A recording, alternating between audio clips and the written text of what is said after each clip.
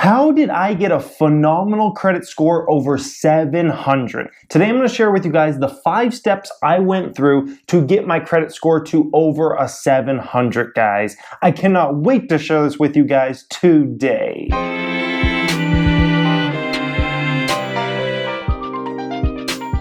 Good day, subscribers. Thank you so much for joining me today. I am Jeremy. This is a financial education channel, and today we're talking about how I went through to get a credit score over 700, guys. My credit score was not always like that, and today I'm going to take you through basically the 5 steps on how I got to that place, guys. And why does a credit score even matter? What's a credit score? A credit score is basically, how I like to think about it is, it's your report card for basically anything you've gotten loan-wise in the past. And have you made your payments on time? Those kinds of things. Now, credit score, in my opinion, there's way too much emphasis made on it by the banks and whatnot. I mean, credit score matters so much in getting a loan, guys. It is amazing how much a credit score matters. Personally, I think they should judge more off of assets and income and things like that, and how safe is your income. Those kinds of things, because those are really going to determine whether you pay back that loan you take out or you borrow something on credit. That's what's really going to determine that. You know, I would rather have someone come to me with a 500 credit score if they have, let's say, $1 million in assets and they're making $100,000 a year, rather than someone come to me with a 750 credit score and maybe they're making $40K a year, maybe they have $40K in the bank. I would rather go with the guy that has a lot more in assets and a lot more in income and those kinds of things. But needless to say, that's not the way it works, guys. Credit score is so freaking important. It's more important than anything when getting a loan. It's even more important than the income in the end, guys, which is absolutely absurd to me. So the bottom line is, if you want to get loans out there, you need a high credit score. Otherwise, you're going to pay a ridiculous interest rate, or you're not going to get the loan, guys. So let's go ahead and get into this. Hit a thumbs up if you enjoy this video today, guys. Let's get into this. So number one way I kind of bumped up on my credit score was basically I co-signed on my girlfriend's car loan at the time, who's actually now my wife, thank goodness. I co-signed on her car loan. She co-signed on mine. So we both had car loans at that time, and we were both co-signed. So every time payments were made and whatnot, and we always made sure we made our payments on time, every time those payments were made, guess what? Both our credit scores got lifted a little bit and lifted a little bit and lifted a little bit over time over the coming next couple years. Now, I don't recommend any of you guys really out there do that. That's a highly risky thing to do when you co-sign on a loan with a girlfriend or a boyfriend.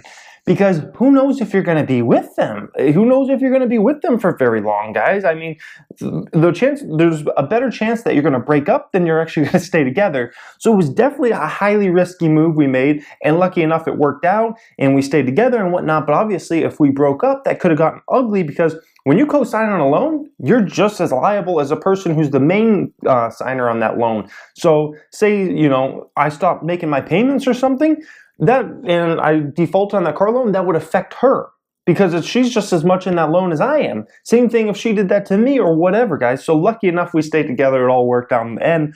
But I wouldn't recommend that, but that's certainly a way I jumped the credit score there. Co-signed on her loan, she co-signed on mine. We both kind of got our credits raised over time by doing that.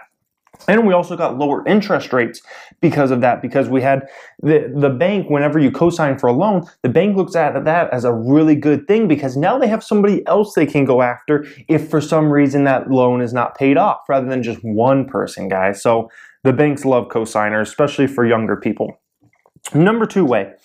My wife put me on all her credit cards. She had multiple credit cards, and remember, she was my girlfriend at the time, so this is another risky thing, we're talking about here, guys. But she put me on all her credit cards, and basically, I was not a credit card person back then. I didn't have a credit card. I didn't use credit cards. I was so anti-credit cards. I'm still a little anti-credit cards even nowadays, but I'm not nearly as much as I was back then. I was freaking so anti-credit cards. But basically, credit cards are a phenomenal way to build your credit. It is a phenomenal way. So she put me on all her credit cards, and that goes into step number 3. She made a ton of small purchases all the time on those credit cards, and always made sure they were paid off on time. Always making sure they're paid off on time. The way credit kind of works is, if you're making a lot of purchases on credit and you're always paying them off on time, you can really jump the scale a lot faster that way, guys. It doesn't necessarily mean they have to be huge purchases. She doesn't have to go out and purchase a new $1,000 flat screen TV or something. You can just purchase lunch at Chipotle or whatever, and on the credit card, and then make sure that's paid off. And she would make a lot of small purchases and pay them off on time. And meanwhile, I'm also on all those credit cards as well. It's a dual account. So guess what? My credits just keep going lift it, lift it, lift it, lift it, and lift it. And by the way, just to take a quick second here, my credit score was not good when we first met. I had some type of issue early on with like Capital One or something over like $40. And that actually affected my credit score dramatically bad because it was like the first time I had ever gotten credit. So I think when we met, my credit score was in the 500s, guys. So I had a really crappy credit score and basically almost a non-existent credit score because I didn't have credit cards or really any loans at that time. So throughout that relationship, her and me, my credit score, he really got lifted to the ceiling over time. Number 4, if there were any disputes, I made sure they were paid off. Remember that Capital One one I told you about? Somehow I found out about it, and then I made sure that was paid off, even though it was kind of late and whatnot at that time. There was also like something weird that happened with like, I think a television provider said I didn't turn in the box on time, when you go to return if you're going to move somewhere. So I made sure that was paid off. Always making sure those disputes are paid off. Those can help your credit score go way faster up, because as long as those are on your credit score, if you didn't make a payment on time or you owe somebody money or something like that, as long as it's on your credit score, it's going to hurt dramatically, guys, especially if you're early days and you don't have a lot of credit history. Because let's say you only have 3 things on your credit report, right? And one of those things was a dispute. That means 1 out of 3 things is a bad thing on your credit score, guys. So make sure any disputes are paid off. If I ever got a call from a collection agency on something, I made sure what it was. I made sure it was legit, obviously, and I made sure it was paid off. And there was very few times that ever happened, but the couple times it did. One time it was something healthcare related. Somehow a bill didn't get paid and it slipped through the cracks or something. I made sure that was taken care of, guys. If you don't make sure those things are taken care of, those will kill your credit score, especially when you're young, So take care of those disputes, and that's another way I got my credit score back raised a lot higher, because then those came off as paid rather than still outstanding situations, guys.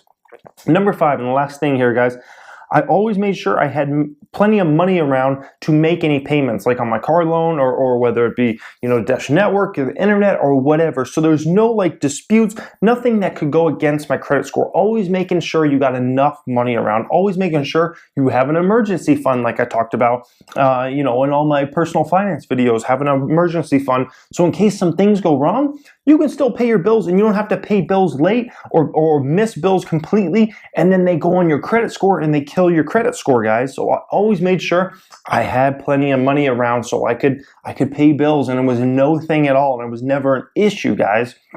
So by doing that, making sure your bills are paid all the time, car loan, making sure you're making all your payments on time if you have one, credit cards, making small purchases, paying those off, those type of things will raise your credit score dramatically. And making sure if there's any disputes, and it's a legit dispute, make sure you get that paid off. Because sometimes, something will happen every once in a while and it will just slip through the cracks somehow. Something weird, some type of freak thing, and somehow all of a sudden it's ended up on your credit report as a really bad thing. Just makes sense a lot of times, guys. Just pay those off, because the better credit score you have, the lower interest rate you'll have to pay in the end, guys. I mean, if you have a credit score 700 plus, which is a really good credit score, the interest rate, if you go to get a car loan or a home loan or anything like that, it's going to be very low interest rate, guys. So that's why credit score is important. That's how I got my credit score over 700 to be a really good credit score. And I would love to hear from you guys. Do you have a credit score right now? If so, if you want to share it, you can share it. If you want to share some ways you maybe build your credit score, even if it's some of these ways or a different way, I'm sure that everybody that watches this video would love to see in that comment section, if you guys have some different ways of doing it and whatnot, guys. So I hope you enjoyed this video today. Hit a thumbs up if you did. If you just came across this channel and you've not subscribed yet, you may want to. We talk personal finance in this channel. I'm an actual business owner who give away a ton of my entrepreneur type tips to help you guys build a business. And we also talk the stock market the most in this channel. Thank you for watching, guys, and have a great day.